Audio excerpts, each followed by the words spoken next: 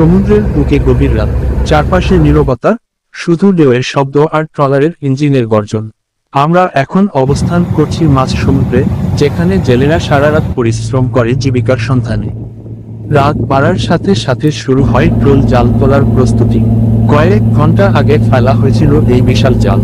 সবার চোখে মুখে ক্লান্তি থাকলেও আছে আশার আলো, আজ ভালো মাছ ধরা পড়বে। অবশেষে জাল তোলা শুরু হলো। একসাথে কয়েকজন মিলে টানতে লাগলেন ভারী জাল। ধীরে ধীরে যখন জাল উপরে উঠতে লাগলো, তখন দেখা গেল জালে ঝিলমিল করছে অসংখ্য মাছ। রূপালী ইলিশ, রূপচাঁদা, লাল কোরাল সহ বিভিন্ন প্রজাতির মাছ ধরা পড়েছে। জেলেদের মুখে তখন আনন্দের হাসি, কারণ এই মাছই তাদের জীবনের ভরসা, পরিবারের সুখ দুঃখের সঙ্গী। তবে এই সাফল্যের পেছনে আছে অনেক কষ্ট, ঝুঁকি আর অনিশ্চয়তা। প্রতিটি রাতই তাদের জন্য এক একটা চ্যালেঞ্জ। এভাবেই সমুদ্রের বুকে রাত জেগে চলে সংগ্রাম, আর ভোরের আলো ফুটতেই ট্রলার ফিরে যায় ঘাটে নতুন দিনের আশায়।